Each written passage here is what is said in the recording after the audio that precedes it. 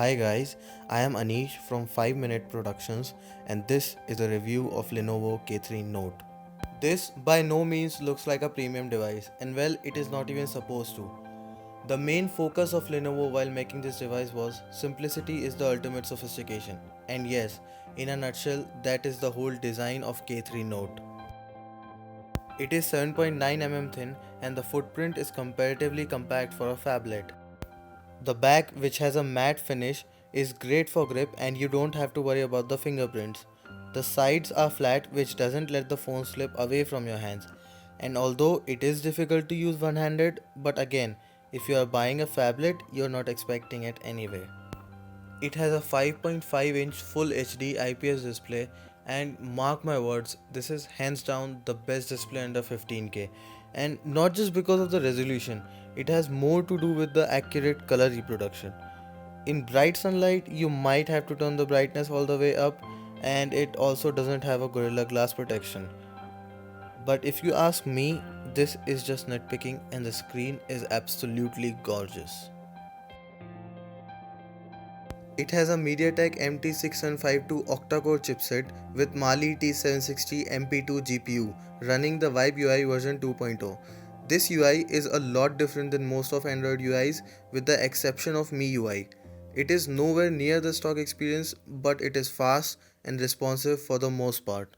I said most part because if you multitask heavily, you will notice some lag and memory leak since there is only around 700 MB RAM you can play with.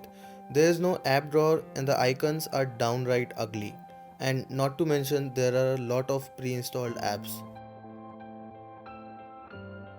On the bright side, there's a theming engine which doesn't have a variety of themes per se but gets the job done. And if you don't like any of this, you can always use a custom launcher. Yes, that's the beauty of Android.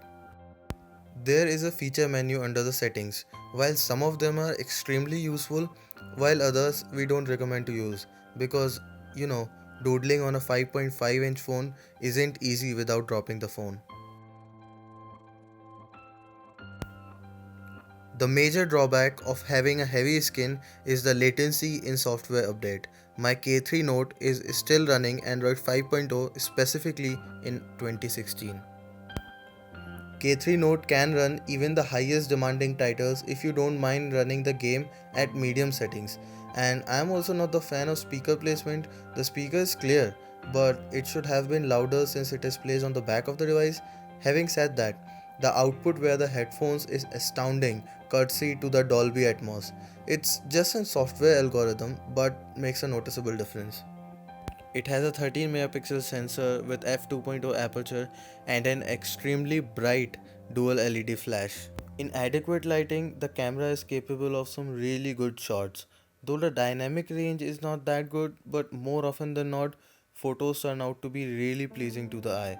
But as the light diminishes, the camera slows down as to cope up with the low lighting and there is a noticeable shutter lag. Front camera is good and gets the job done. The camera UI is really simple, but if you are a pro, you can go deep into the settings to find an array of scene modes and ISO settings. But the optics in general will be more than enough for social media sharing, and for the price tag that this phone's carrying, can't really complain. Battery life is really good. It has a 2900 mAh battery powering everything in this device and comes with a 1.5 ampere charger. If you are not into gaming, then battery will definitely last for one whole day or even more with light usage.